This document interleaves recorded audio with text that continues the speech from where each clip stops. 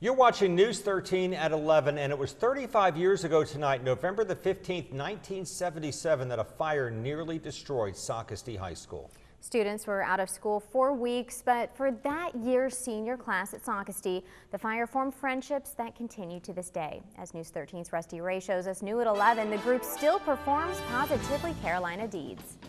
Coach James Brown's legacy at Waccamaw High School spreads across his office walls. Two-time All-American, and this guy here is All-American when he was in high school. He played at Clemson. His athletes have won 9 state tennis titles, continuing a career of excellence that started for Brown in the late 70s at Socastee High School. We kind of grew up in a town where it was much smaller. Everybody knew each other.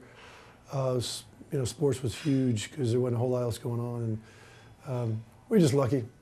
Came at the right time, the right place. His basketball teammate and best friend was Stan Parker, who owns Flagship Construction. Socastee had always kind of been the redheaded stepchild, and one of the things that took Socastee to the next level over the years was when Dan D'Antoni moved here and went to Socastee. And once Danny got to Socastee, he saw the potential in Socastee, and he started a beach ball classic.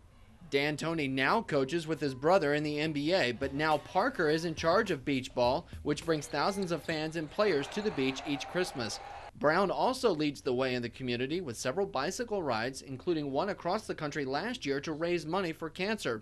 But both men pointed to a moment back in their senior year at Socastee that changed quite a bit. Fire broke out at the school the night of November 15th, 1977. They closed the drawbridge because they were pumping water from the intercoastal waterway. I walked in my house, and this girl that I knew lived right down the street from school. She called me. She goes, "School's on fire." I just left the school. School's on fire. I got there, the school was engulfed. The old Socastee High School building is now Socastee Elementary. There were already plans in place at the time of the fire for a new high school building. It came just a few years later. We truly loved that place, and it wasn't the building, it was people.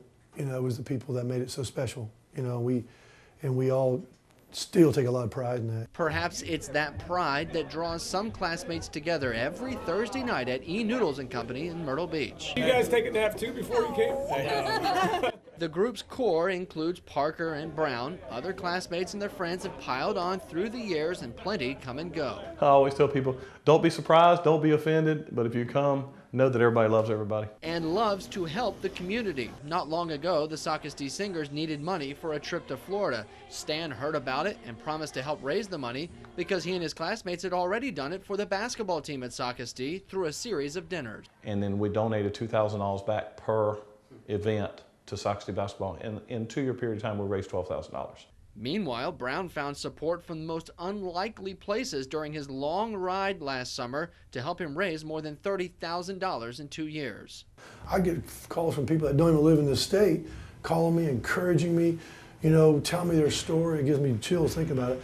And now those people are part of this. A part of the love and the pride that started so long ago. None of this is planned, and all this fundraising stuff.